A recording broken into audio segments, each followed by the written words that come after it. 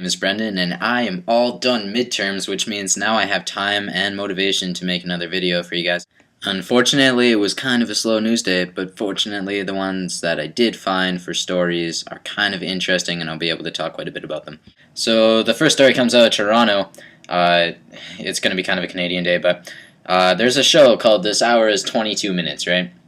And they just do really stupid shit. Some of it's pretty funny, but it is generally just really stupid. So the mayor of Toronto is named Rob Ford. The Mayor Ford, he's not really well known for talking to like media outlets. He's a pretty conservative guy. So this cast from This Hour has 22 minutes. They decided to dress up one of their correspondents as a princess warrior. And I don't know, for some reason it's supposed to be funny, but a princess warrior is supposed to go solve the problems and talk to the mayor. So yeah, here you go. This is what they look like.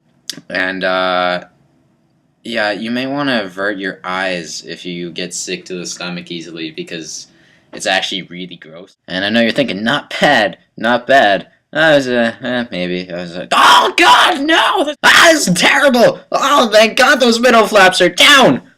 Or so I envision the mayor's reaction to it.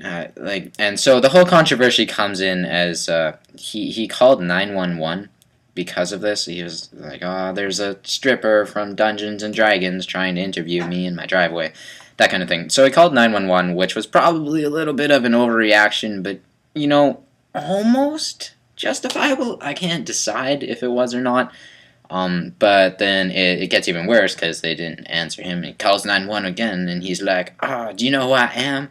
I'm Rob Ford, the mayor of this town, bitch. And then, yeah, so they weren't very impressed with that. I just thought it was kind of a funny story, and that's really the biggest news that there was today. So, yeah, there you go. The other super important story of the day is that a couple senators from Canada have got it in their heads that the most important thing that they can do in this whole financial crisis is to try to change our national animal from a beaver.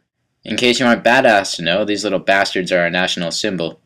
They do super important things like, dye so we can have hats. They block rivers. They're really good animals. I don't see any problem.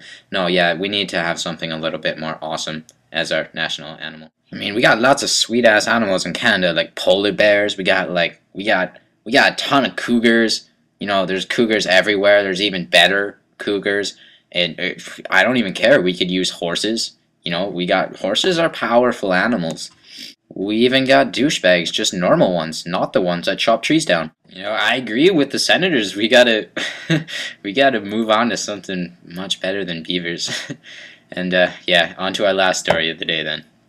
And the last story isn't so much a story. I just seen something that kind of it's been an argument for a long time now, and it is the argument over the legalization of marijuana. And now I am just gonna come out and say it. And even though I do not do it, I am for the legalization of marijuana for a few reasons. One, it is not nearly as bad for you as nicotine, cigarettes, or alcohol.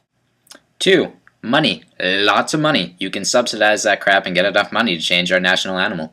And three, it makes people chill out way more, which is, if we need one thing in the world, it's less overreacting idiots. Like, think about throughout time if it was legal and people just had it. Like, in the Cold War, you know, JFK, you phone up Castro, it's like, dude, that's all good. We're not gonna be a threat. You don't need to nuke us, man. And Castro's just all like, yeah, that sounds like a good plan. And then, you know, bro hug ensues, metaphorically, of course, and we get to skip over the whole, oh, is everybody in America gonna die thing, right? Just because we legalize pot, and that makes sense to me. Or even the 2008 housing recession, people are just, you know, I don't really want to buy a house that I can't afford. I would much rather just have that bag of chips over there, because that seems way better to me at the moment. And, you know, we could avoid a huge economic crisis throughout the world. It's a pretty simple solution, I think.